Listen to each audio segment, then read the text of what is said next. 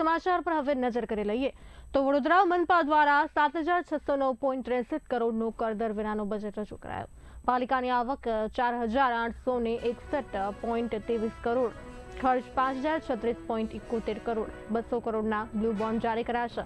તમામ અંજલપુર અને સેવાસી ખાતે 3 ઓડિટોરિયમનું નિર્માણ થશે. સ્પોર્ટ્સ કોમ્પ્લેક્સ 350 કરોડના ખર્ચે અપગ્રેડ, 150 કરોડના ખર્ચે વીએમસીની આઇકોનિક બિલ્ડિંગ, એક્વેટિક પાર્ક અને શહેરમાં મલ્ટી લેવલ કાર પાર્કિંગ, દરેક ઝોનમાં સિવિક સેન્ટર અને શ્રમિકો માટે ચોક, 150 કરોડના ખર્ચે 6 નવા ફાયર સ્ટેશન, 100 કરોડના ખર્ચે GIS ડિજિટલ ટ્વિન મોડલ અને 3D GIS cell, quality control, vigilance, energy efficiency અને climate action cell, futuristic heritage અને ટ્રાન્સપોર્ટ સેલ અપગ્રેડ.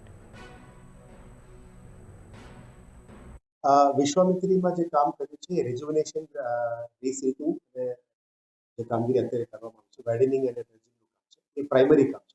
એટલે વિશ્વામિત્રી ઉપર જે આવનારા ડેવલપમેન્ટ કામ છે એમાં 2 પ્રકારનું આપ જાણો છો કે 24 કિલોમીટરનું કામ વડોદરા મહાનગરપાલિકાની અંતર્ગત અને બાકીના કામ સિંચાઈ વિભાગ અંતર્ગત છે.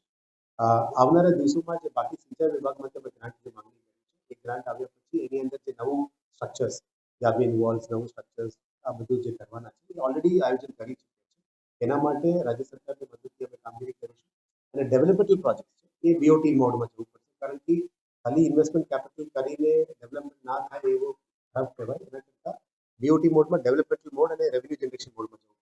ત્યાં પણ અમારું અત્યારે ડિઝાઇન ફેઝ ચાલુ થઈ ગયું છે, ડીપીઆર પ્રિપરેશન અત્યારે ચાલુ થઈ ગયું છે. ત્યાં અલગ અલગ senior citizen park, walking track, cycling track, બાળકો માટે એરિયા, ક્રોકોડાઇલ વોચિંગ ઝોન આ બધા પ્લાનિંગ ફેઝમાં છે. ડીપીઆર અમે તૈયાર કરી રહ્યા છીએ. પછી 2 to 2.5 months જે ડીપીઆર પ્રિપરેશન કામ છે. યસ, એના પછી અમે રાજ્ય સરકારમાં રજૂ કરીશું, નવલાવાલા કમિટીને પણ રજૂ કરીશું. અપ્રુવલ લઈને પછી આ કામ